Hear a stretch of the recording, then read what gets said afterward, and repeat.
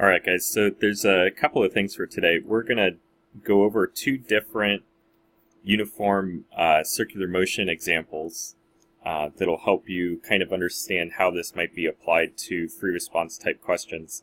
Also, for homework tonight, I want you guys to look over the quiz outline that I've got on my OneNote. So read through that so you know what concepts are going to be on the quiz. And then also on the last tab here, you can see there's a set of practice problems for you to work through tonight for homework that will help prepare you for the quiz as well.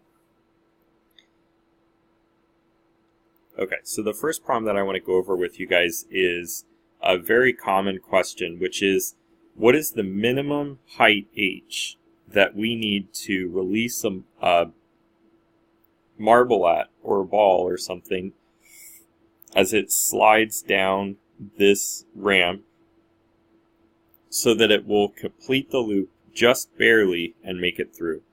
So the problem is if we don't release the object from a high enough height, it won't build up enough speed to complete the loop, so it may stop suddenly and move backwards. Or it might get to the top of the loop and fall down. Now, we could be extra safe and release the marble from a very, very high height and ensure that it definitely gets through. But the idea is that we want to figure out what's the absolute lowest height h that we can release the object at and have it still just barely complete the loop and make it through. Now, one caveat that we're going to have is that we're not going to account for the object rolling. So we're going to say that the surface is frictionless. Without friction, the object will just slide. And we won't have to account for any energy lost due to rotation, which is something that we'll cover in the next chapter. So there's a lot of concepts involved here. We'll kind of go through it. Now, we know that when the marble or the object is up here at the top of the loop,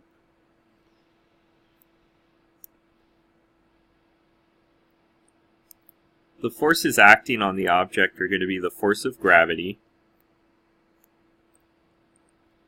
pointed downward. And if we're traveling too fast, then we would also have the normal force. And that's what the phrase just barely means.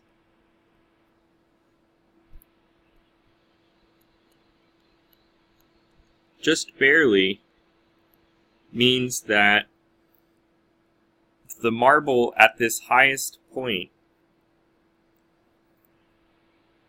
isn't getting any extra support from the loop.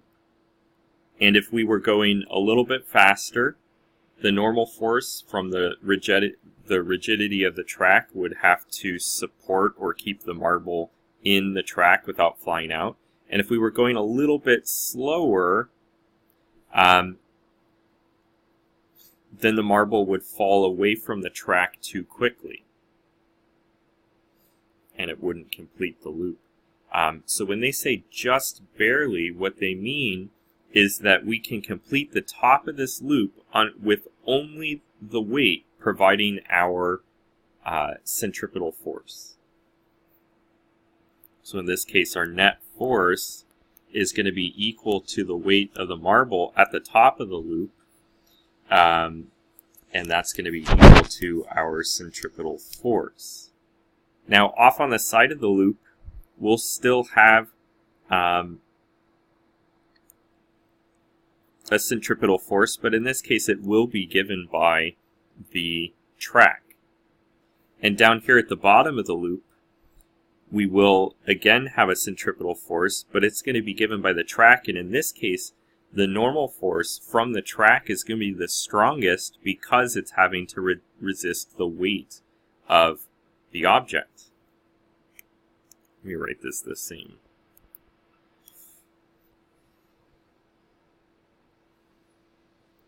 Now, one thing we talked about is the fact that the normal force does no work because it's always perpendicular to displacement.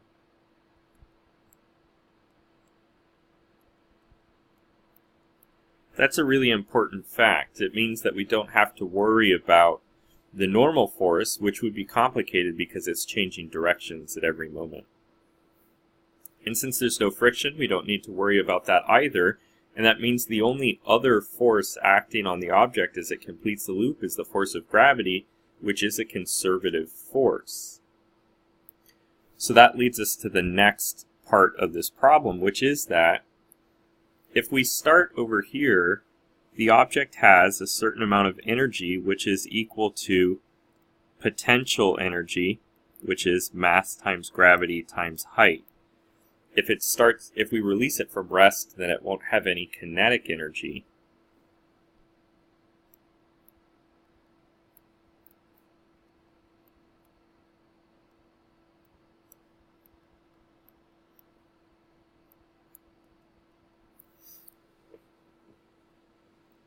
Okay, now when we get to the bottom, just before we enter the loop, now our energy is going to be all kinetic energy. Because height is 0, we'll have no potential energy. And the magnitude of the kinetic energy will be equal to what we started with, mass times gravity times height. However, when we get up to the top of the loop, we're going to have a mixture of potential and kinetic energy. In this case, my potential energy is 2R, since I'm at the top of the loop, so it's going to be mg2r, and then my kinetic energy is going to be whatever's left. The reason this is important is because the kinetic energy I have left dictates how much velocity I have, and the velocity that I have is related to the centripetal force necessary to complete this circle. Remember that the centripetal acceleration is mass times velocity squared over r.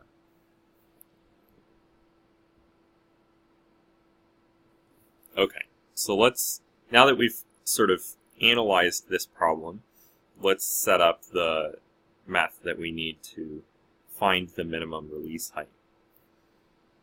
So if my total energy is mgh, because that's what I started with, then the kinetic energy at the top of the loop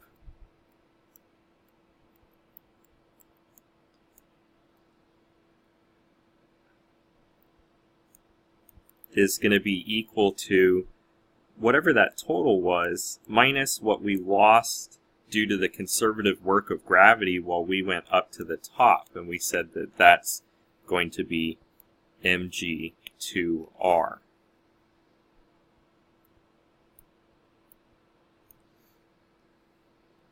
And the expression for kinetic energy is 1/2 mass times velocity squared.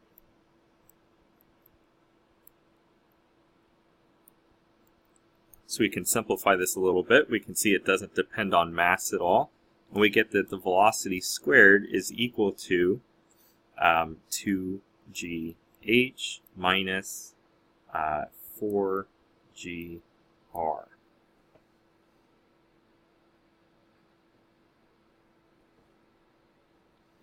Okay, so this is one bit of information we need.